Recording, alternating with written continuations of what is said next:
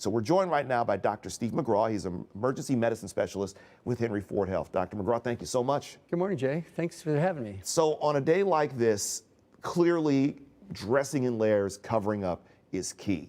Just seeing the current temperatures, 5 degrees, minus 13 when it comes to the wind chill, it's going to be colder than that 24 hours from now.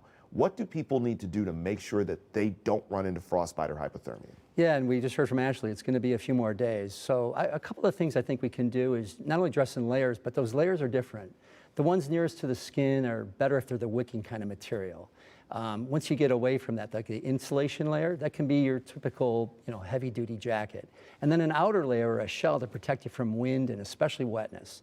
Turns out those layers are most effective if they're separated from not only the wind, but actually the moisture coming away from your skin and not adding new moisture into the internal layers from the outside.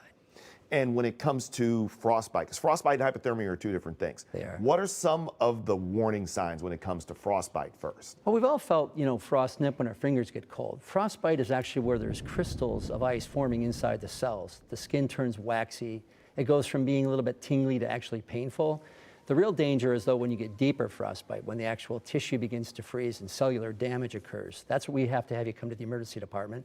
Or in an emergency, rewarming it yourself is the best thing to do. But we don't just put our hands in the hot water coming out of the tap.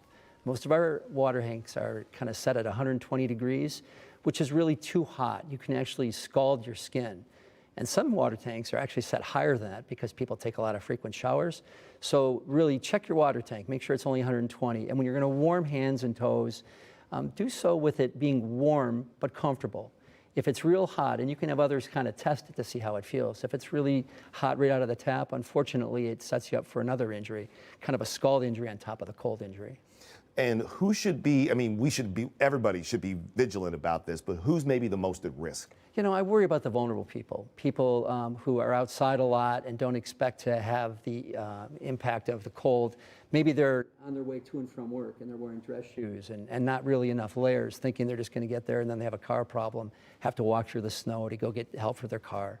I worry about the vulnerable, the unhoused or the housing insecure, our elderly, people with medical conditions where the circulation to their fingers and toes is somewhat compromised. Think of diabetics, people on blood pressure medications.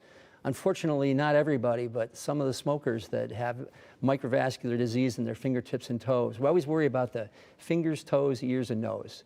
These sort of cul-de-sacs of the blood flow to our skin that makes our skin in those areas very vulnerable. If somebody is possibly maybe experiencing frostbite, hypothermia, how quickly, is my last question here, how quickly do they need to get medical attention? First, get somewhere warm. And then if it looks to them like they're in significant pain, or especially if the skin turns waxy or dusky, fingers, ears, seek medical attention. But don't wait. Do the rewarming with 100-degree Fahrenheit water, just a little less than what comes out of the tap mixed with some cool water. Dr. Steve McGraw from Henry Ford Health, thank you so much, and hopefully you won't have too busy of a weekend with everything we've got going on with this cold weather. Well, we're all there if they need us, and everyone stay warm. Really appreciate you. Thank you so much for coming in.